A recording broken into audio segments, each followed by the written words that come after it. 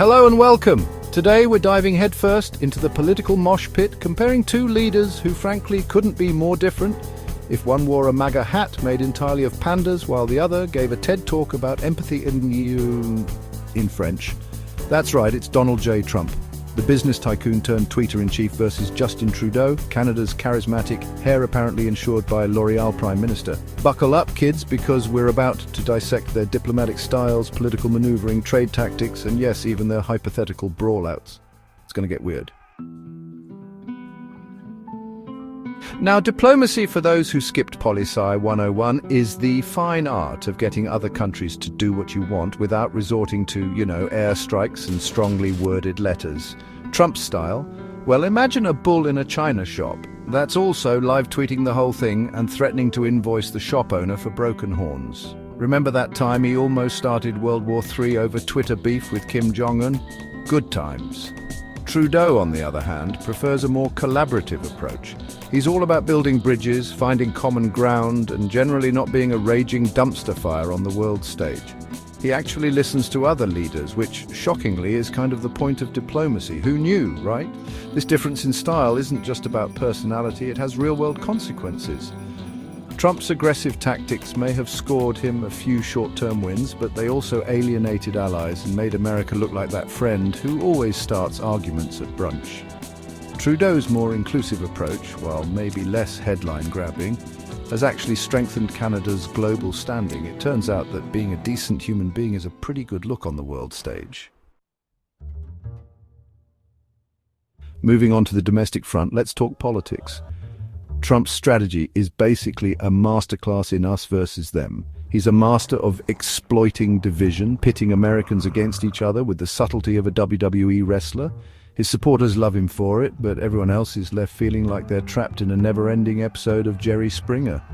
Trudeau, meanwhile, is all about unity and inclusion.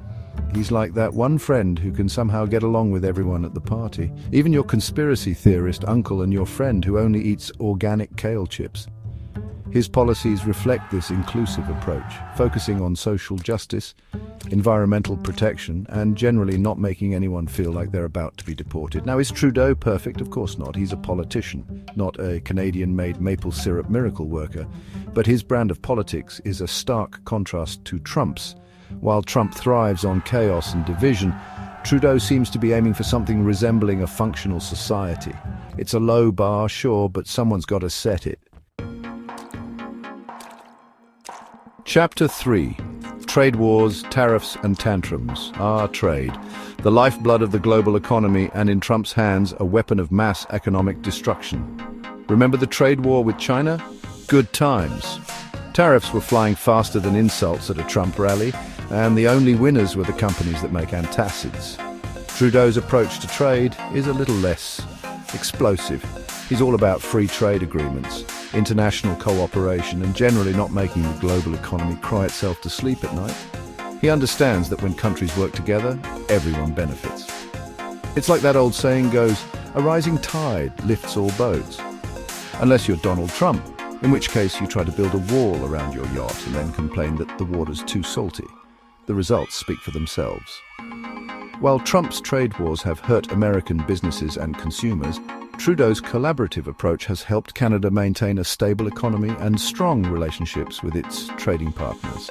It turns out that maybe, just maybe, yelling at everyone in the room isn't the best way to negotiate a deal. Who knew?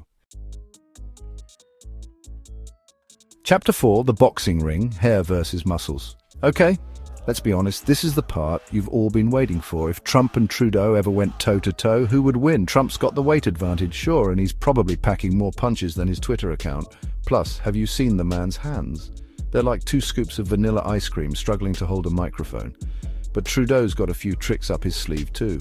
First of all, the man is in ridiculously good shape. He's like the Richard Simmons of world leaders, except instead of wearing short shorts and yelling about food, he wears well-tailored suits and talks about climate change.